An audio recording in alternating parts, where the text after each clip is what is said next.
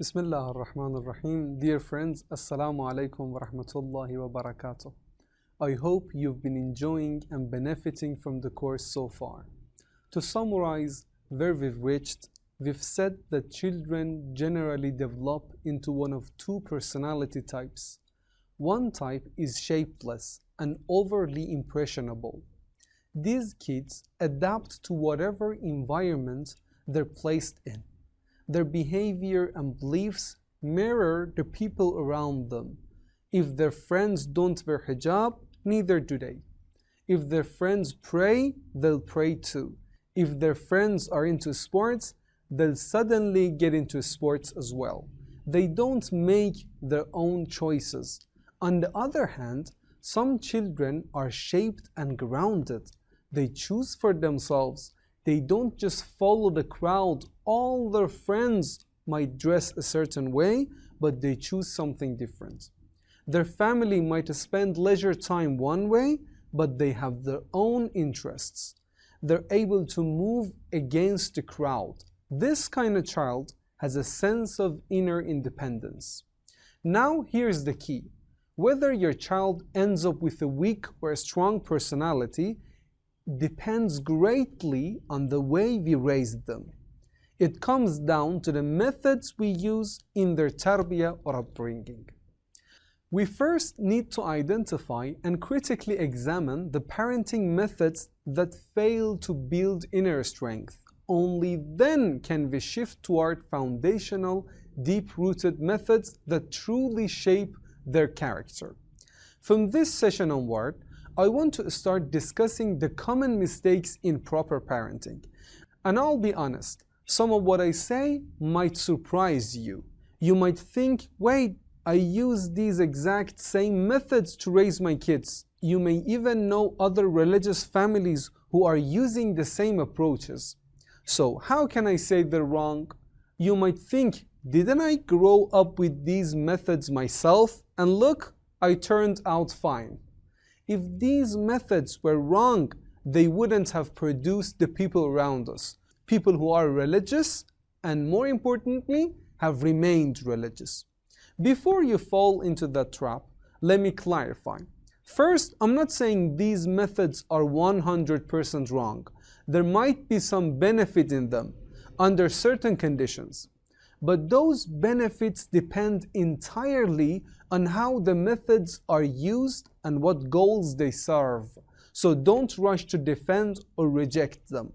Let's explore them with an open mind. Just keep in mind that even if a method worked for someone you know, that doesn't necessarily make it the right method overall. And secondly, if a parenting method produced a few exceptions who turned out well, that doesn't prove the method is reliable. What we really need to ask is, what does this method usually produce? Does it put children at risk or protect them from harm? As we go deeper with real-life examples, this will become much clearer. Okay, the first wrong method is direct teaching and providing information. Many of us, whether as parents, teachers, Islamic scholars, or community leaders, believe that the more we expose our kids to religious information, the more religious they'll become. If we see a child who doesn't pray, who's careless with hijab, who doesn't fast or attend religious gathering, our first assumption is, this child just doesn't know enough. And we think if I just give them more religious knowledge, they'll become more practicing, right? That's why many parents start sending their kids to Qur'an memorization classes at the age of 2 or 3. They tell them Islamic stories, read hadith to them, talk about God, take them to religious gatherings, and expose them to speeches and lectures, thinking the more religious exposure, the more religious the child will become. Isn't it true? But I want to ask you, does this really work?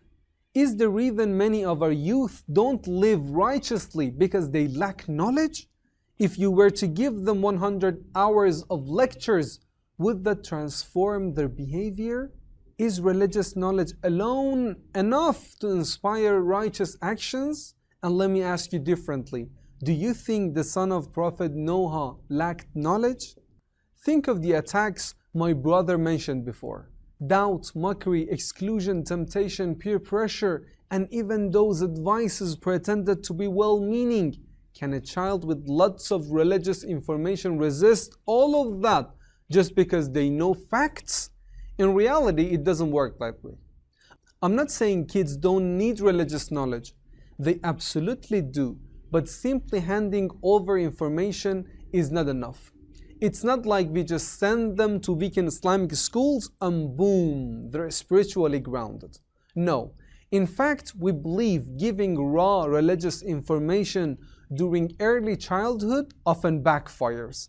The more religious information you dump on a child during early childhood, the more likely they are to distance themselves from religion in their teenage years. The more likely they are to develop resentment or even hatred for religion. Surprised?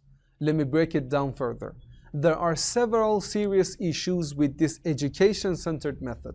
First, most religious concepts are far too complex for a child's level of understanding. To make it fit, we have to simplify a great topic, down it to a shallow, incomplete level. Like what? Like God's oneness, prophethood, or justice. Now, these surface-level teachings don't stand a chance against the depth of doubts and challenges kids face later in life. A shallow faith cannot survive deep attacks, right? Maybe you're quick to say, well, let them have a surface-level understanding of religion for now.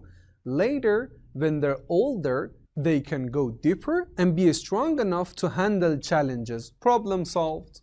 I'll get to that point in a bit too. So this was the first issue with this education-centered method. The second issue is, young children often don't even care about religious topics. They're not seeking answers, and if someone has no curiosity or concern for a topic, their brain just won't absorb it. And if they cannot truly understand it, because these important religious topics didn't matter to them at all at that age, what happens? They won't be able to defend it. They'll abandon it the moment they face their first doubt, right? Kids really take in and understand and are able to defend religious ideas when those ideas actually matter to them, when they felt the need for them. Trying to force-feed religious knowledge is like offering heavy food to a newborn baby. They can't digest it. It doesn't produce energy. If we are seeking deep-rooted tarbiyah and we want their faith to stay there for their entire lifetime, these surface-level religious teachings won't work at all. This was the second issue. The third issue is, when you teach religious topics at the wrong time, you rob them of their emotional and spiritual impact. You only get a few chances in life to deeply introduce a child to big concepts like hijab, daily prayers, the Day of Judgment, or Tawheed. If you rush that conversation at the wrong time, before they're ready to feel it, the magic is lost. Now listen carefully. Remember what you said earlier? Even if they only get a surface level understanding at first, they'll have the chance to go deeper later on. I want to tell you that's an exceptional case. Because usually when you offer the religious teaching at the wrong time, they cannot understand it properly, for it was beyond their understanding, and they didn't care. But they think that they know it all. Their ears are already full of religious talks, right?